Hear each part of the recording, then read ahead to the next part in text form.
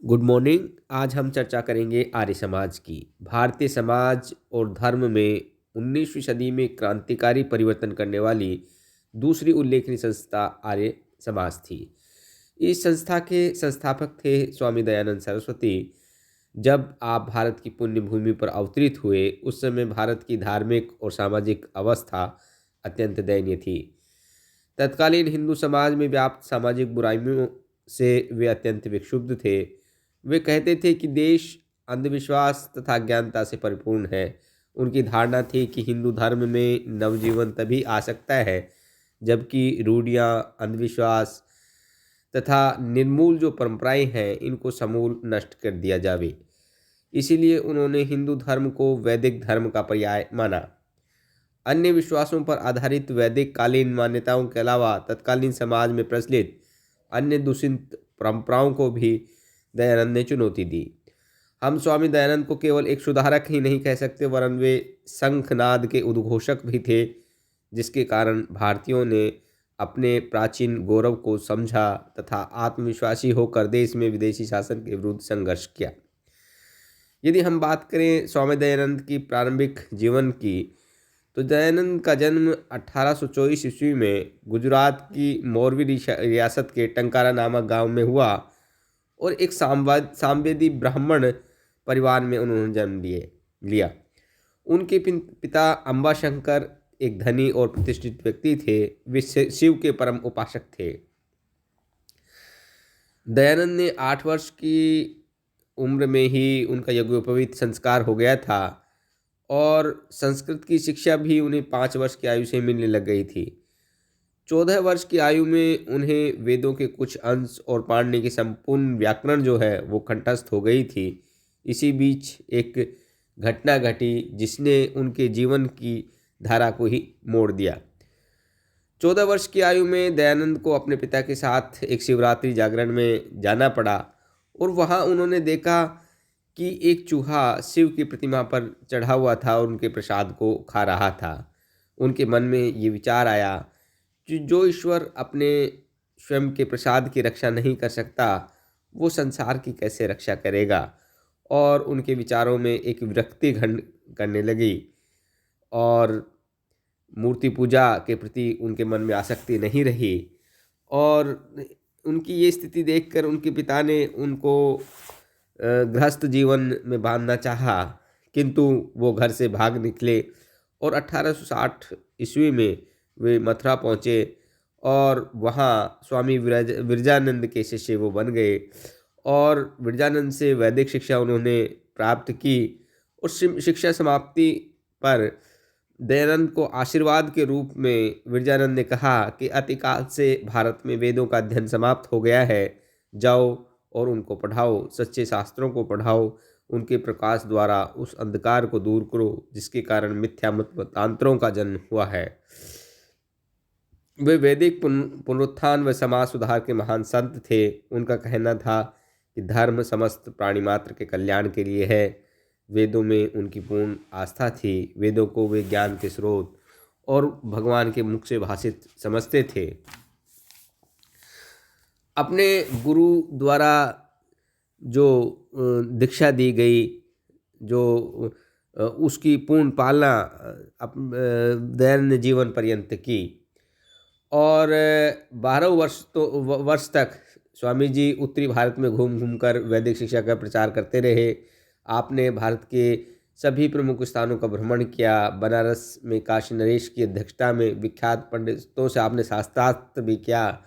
कलकत्ता में देवेंद्रनाथ ठाकुर और केशव सेन से मुलाकात भी की और कलकत्ता से आप जब बम्बई पहुँचे तो वहाँ 10 अप्रैल 1875 को आपके द्वारा आर्य समाज की स्थापना की गई। 30 अक्टूबर 1883 को इस लोक से दयानंद विदा हो गए। 1875 से 1883 तक आर्य समाज के सिद्धांतों का प्रचार इन्होंने पूर्ण तल्लीनता से किया। थियोसॉफिकल सोसाइटी की संस्थापिका मैडम ब्लावत्स्की ने उनके संदर्भ में लिखा है कि ये बिल्कुल सत्य है कि शंकराचार्य के बाद भारत में कोई ऐसा व्यक्ति नहीं हुआ जो स्वामी जी से बड़ा संस्कृतज्ञ, उनसे बड़ा दार्शनिक, उनसे अधिक तेजस्वी वक्ता और कुरीतियों पर टूट पड़ने में उनसे अधिक निर्भीक रहा हो। अब हम बात करें आर्य समाज के सिद्धांतों की। देखिए, आर्य समाज के प्रमुख सिद्धांत हैं, वेद ही ज्ञान के स्रोत हैं, ईश्वर सच्चिदानंद स्वरूप है, इसका कोई आकार नहीं, वह न्यायकारी तथा दयावान है, वह विद्या से उत्पन्न होने वाले सभी पदार्थों का मूल है, वेद सत्य तथा ईश्वर के प्रणीत हैं, प्रत्येक आर्य को इनका अध्ययन और मनन करना चाहिए, सभी कार्य धर्मानुसार अर्थात सत्य असत्य पर विचार करके करने चाहिए, परमेश्वर और जीव को व्याप्य, व्यापक, उपास्य, उपासक और पिता पुत्र आदि संबंधों से युक्त माना गया है। अविद्या का नाश कर विद्या की वृद्धि करनी चाहिए। आर्य समाज में मूर्ति पूजा वर्जित मानी गई है। स्वामी दयानंद व्यक्तिगत हित में विश्वास न कर सामूहिक हित में विश्वास करते थे। सबसे प्रीतिपूर्वक धर्मानुसार यथा योग्य व्यवहार करने की भी बात उन्होंने की है। वे सामाजिक समानता में विश्वास करते थे। उन्होंने छुआछूत को भी समाज का विरोधी बताया था। उनका कहना था कि संसार का उपकार करना आर्य समाज का मुख्य उद्देश्य है। अब यदि हम हिंदू धर्म के संरक्षक के रूप में स्वामी जी का अवलोकन करें तो हम पाते हैं स्वामी दयानंद ने अनुभव किया कि हिंदू धर्म का पुनरुत्थान तभी संभव हो सकता है जबकि हिंदुओं के दृष्टिकोण में आमूलचूल परिवर्तन किया जाए। इसके अतिरिक्त उन्होंने हिंदू धर्म विरोधी ताकतों से भी लोहा लेना का बीड़ा उठाया था और इसी उद्देश्य की पूर्ति हेतु उन्होंने ईसाई और इस्लाम धर्म का अध्ययन किया। इन धर्मों की त्रुटियों को भी उन्होंने पौराणिक धर्म के समान की आलोचना भी उन्होंने की। उन्होंने वैदिक धर्म को ईसाई और इस्लाम धर्म से श्रेष्ठ बताया। उन्होंने वैदिक धर्म को ही मनुष्य मात्र का वास्तविक धर्म निरूपित किया था। स्वामी दयानंद ने हिंदू धर्म को खोई हुई प्रतिष्ठा पुनः दिलाने हेतु शुद्धि आंदोलन में उनके द्वारा चलाया गया।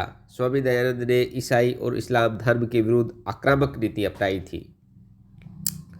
उनका शुद्धि आंदोलन इसी आक्रामक नीति का प्रतीक था। ईसाई धर्म प्रचारक हिंदुओं का धर्म परिवर्तन करा रहे थे। अंग्रेजी शिक्षा और व्यक्तिगत लाभ के कारण काफ़ी संख्या में हिंदू ईसाई बनते जा रहे थे। विशेषतः दलित वर्ग के लोग ईसाई धर्म की ओर आकृष्ट हो रहे थे। इस्लाम धर्म की संस्थाएं हिंदुओं को पहले से ही मुसलमान बनाने में क्रियाशील थी।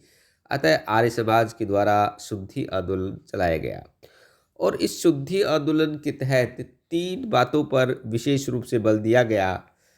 पहली तो थी दूसरे धर्मावलंबियों को हिंदू धर्म में सम्मिलित किया जाए। दूसरी थी किसी परिस्थितिवश जिन हिंदुओं ने दूसरा धर्म अंगीकार कर लिया उन्हें शुद्धि विधि के माध्यम से पुनः हिंदू बनाया जावे। तीसरी इसमें बात कही गई कि दलित वर्ग का सामाजिक स्तर ऊंचा उठाया जाए तथा समाज में उन्हें सम्मानजनक स्थान दिया जावे। इस आंदोलन के अंतर्गत शुद्धि सभाओं का आयोजन किया गया तथा दूसरे धर्मों में दीक्षित किए गए हिंदुओं को शुद्धि के माध्यम से पुनः हिंदू बनाया गया। इस प्रकार इस आंदोलन का ईसाई और इस्लाम धर्मों के प्रचार प्रसार पर प्रतिकूल प्रभाव पड़ा। वे स्वामी दयानंद के कटु आलोचक हो गए और शुद्धि आंदोलन से हिंदू धर्म की रक्षा हुई। इससे दलित वर्ग को समाज में सम्मानजनक स्थान दिलाने में पहल कर हिंदू धर्म को विघटन से बचा लिया।